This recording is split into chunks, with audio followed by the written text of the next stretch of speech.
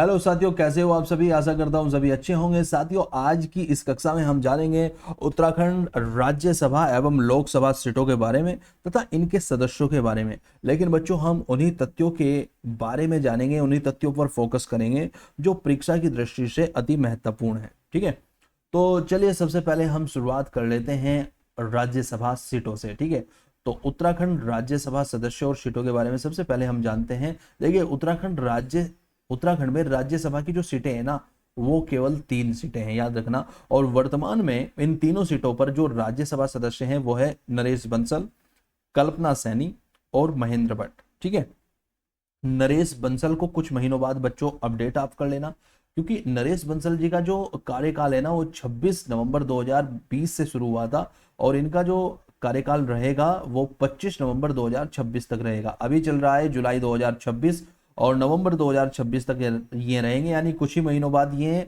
बदल जाएंगे। नरेश बंसल जी की जगह कोई और राज्यसभा सदस्य आ जाएंगे। तो अपडेट कर लेना इस फैक्ट को। ठीक है, अपडेट कर लेना। ठीक है, अपडेट कर लेना बच्चों। और कल्पना सैनी जी का जो कार्यकाल है वो जुलाई 2022 में आरंभ हुआ था और जुलाई 2028 तक रहेगा। ये 2028 है। ठीक है, 2028 है।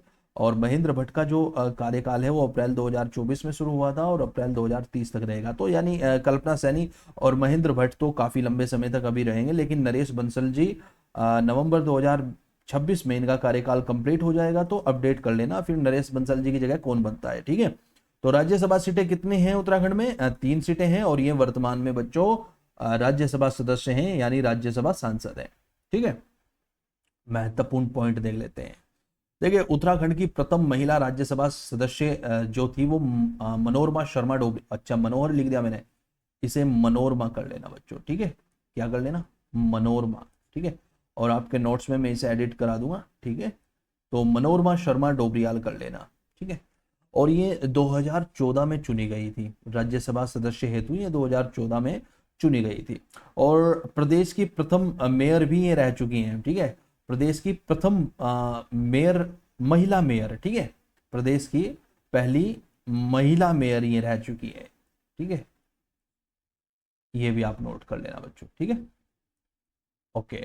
राज्यसभा के लिए निर्वाचित होने वाली प्रदेश की दूसरी जो महिला है ना, वो डॉक्टर कल्पना सैनी है, जो कि फिलहाल भी वर्तमान में भी राज्यसभा सदस्य हैं, कल्पना सैनी जी। ठीक है, तो प्रथम महिला राज्यसभा सदस्य उत्तराखंड से कौन थी? तो मनोरमा शर्मा डोबरियाल थी बच्चों। ठीक है, और ये प्रदेश की पहली महिला मेयर भी रह चुकी हैं और ये राज्यसभा सदस्य के लिए कब चुनी गई थी? 2014 में चुनी गई थी। ठीक है, और राज्यसभा के लिए निर्वाचित होने वाली प्रदेश की दूसरी महिला डॉक्टर कल्पना सैनी है। ठीक है, तो केवल यही ऐसे फैक्ट हैं जो परीक्षा में पूछे जा सकते हैं। बाकी राज्यसभा सदस्य वर्तमान में पूछे जाते हैं कि वर्तमान में कौन है, तो वर्तमान में बच्चों ये हैं। अब हम देख लेते हैं उत्तराखंड में लोकसभा सीट व आम चुनाव के बारे में। देखिए, उत्तराखंड में जो लोकसभा सीटें हैं ना, उनकी संख्या है केवल 5, यानी 5 लोकसभा सीटें हैं केवल। कौन कौन सी? पौड़ी, टिहरी, हरिद्वार, अल्मोड़ा और नैनीताल। ठीक है, पौड़ी, टिहरी, हरिद्वार, अल्मोड़ा, नैनीताल, ये 5 लोकसभा सीटें हैं। उत्तराखंड में लोकसभा की सीटें कितनी हैं? तो 5 है। राज्यसभा की कितनी है? तो 3 है। ठीक है, आइए देख लेते हैं वर्तमान में लोकसभा सदस्य, देख लेते हैं कौन कौन है। देखिए, पौड़ी गढ़वाल से अनिल बलूनी जी हैं, टिहरी गढ़वाल से माला राज्य लक्ष्मी शाह हैं, हरिद्वार से त्रिवेंद्र सिंह रावत जी हैं, नैनीताल से अजय भट्ट हैं और अल्मोड़ा से अजय टमटा है। देखिए, ये जो अल्मोड़ा सीट है ना, ये आरक्षित सीट है, यानी यहाँ वर्तमान में एससी कैंडिडेट ही क्या लड़ सकता है? चुनाव लड़ सकता है। ठीक है, तो ये आरक्षित सीट है। बाकी पौड़ी गढ़वाल पर कौन है सांसद? कौन है? लोकसभा सदस्य कौन है? अनिल बलूनी है। टिहरी गढ़वाल से माला राज्य लक्ष्मी शाह है, हरिद्वार से त्रिवेंद्र सिंह रावत है, नैनीताल से अजय भट्ट है, अल्मोड़ा से अजय टमटा है।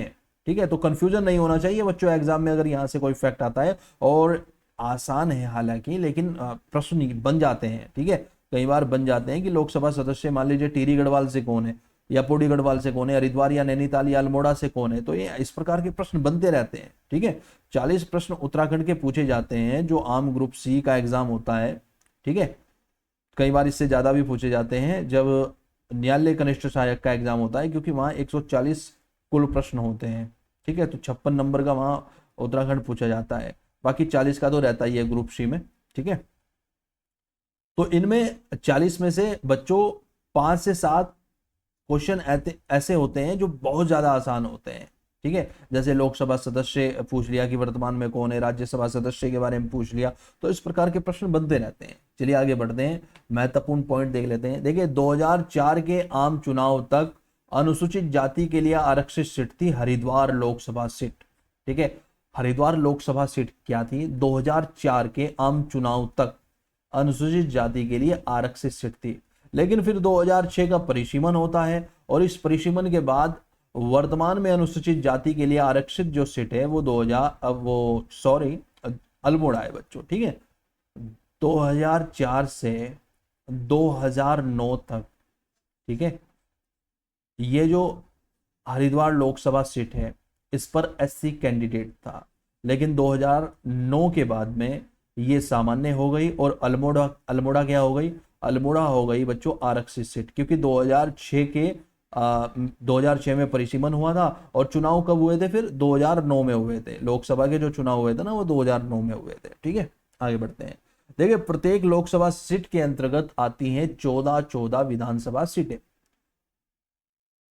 देखिए विधानसभा की 70 सीटें हैं। ठीक है, और हमारे यहाँ लोकसभा की 5 सीटें हैं। जब हम 5 से भाग देंगे ना 70 को, तो 14 सीटें एक लोकसभा सीट के अंतर्गत आ जाएगी। ठीक है, तो कोई भी सीट हो, चाहे वो अल्मोड़ा हो, चाहे हरिद्वार हो, ठीक है, चाहे टिहरी गढ़वाल हो, चाहे पौड़ी हो, चाहे नैनीताल हो, कोई भी हो, सभी लोकसभा सीटों के अंतर्गत 14 विधानसभा सीटें आती ही आती है। ठीक है, कैबिनेट मिशन योजना 1946 के तहत आप सभी को पता होगा गठित की गई थी संविधान सभा, और इसी संविधान सभा के द्वारा संविधान का निर्माण भी किया गया था। ठीक है, जो हमारा जो संविधान है ना, इसका निर्माण किसके द्वारा किया गया था?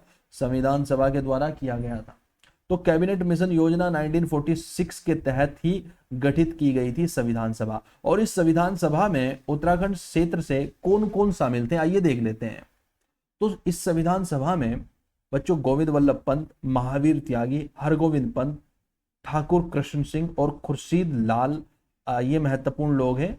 ठीक है, तो इन्हें याद कर लेना। ये सभी जो लोग थे, ठीक है, ये सभी के सभी संविधान सभा में शामिल थे, और ये सभी के सभी उत्तराखंड क्षेत्र से संविधान सभा में सम्मिलित हुए थे।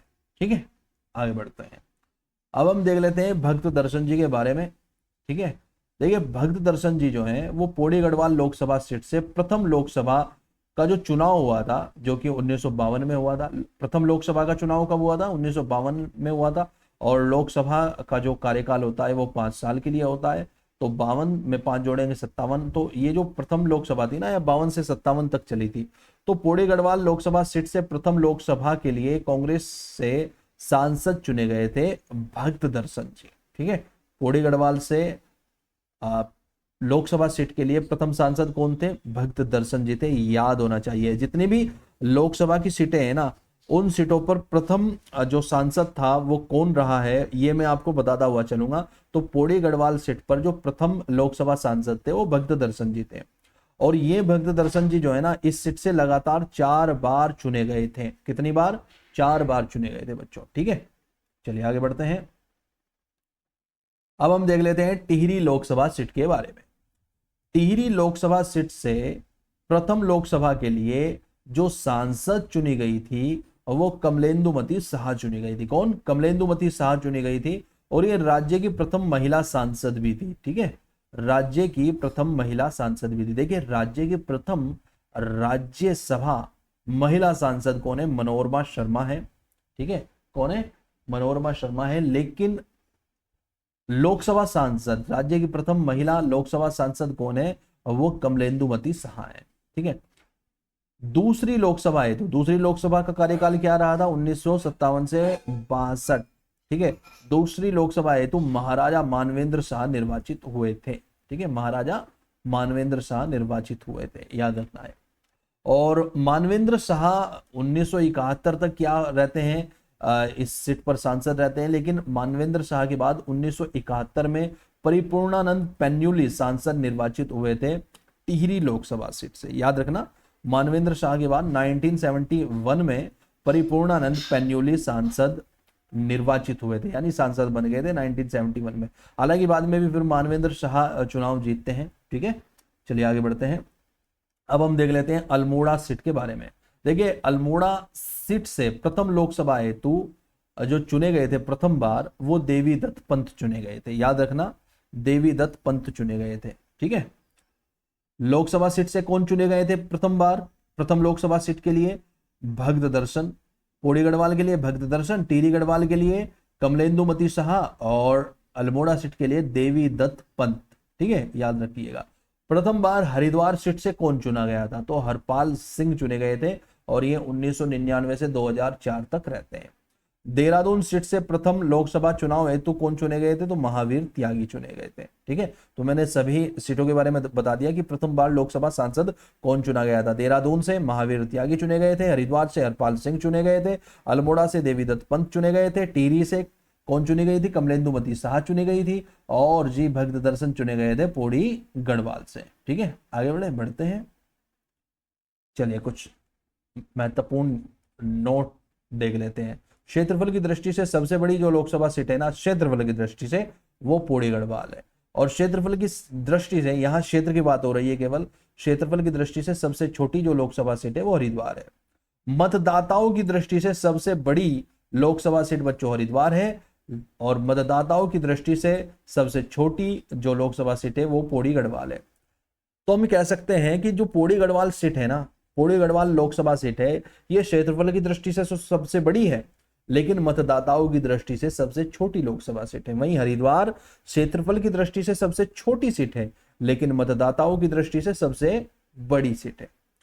अनुसूचित जाति के लिए आरक्षित सीट है अल्मोड़ा, और अल्मोड़ा से वर्तमान में कौन है लोकसभा सांसद? तो अजय टम्टा है। आगे बढ़ते हैं। केंद्र की चाहे कोई भी सरकार रही हो, केंद्र में कोई भी सरकार रही हो, यूपीए की सरकार रही हो या एनडीए की सरकार रही हो, तो केंद्र की विभिन्न सरकारों में राज्य से कैबिनेट मंत्री कौन कौन रहे हैं? कैबिनेट मंत्री। ठीक है, केंद्र में कैबिनेट मंत्री कौन कौन रहे हैं हमारे उत्तराखंड से, वो हम देख लेते हैं। गोविंद बल्लभ पंत ये गृह मंत्रालय में कैबिनेट मंत्री रहे हैं। महावीर त्यागी राजस्व एवं लोक व्यय में कैबिनेट मंत्री रहे हैं।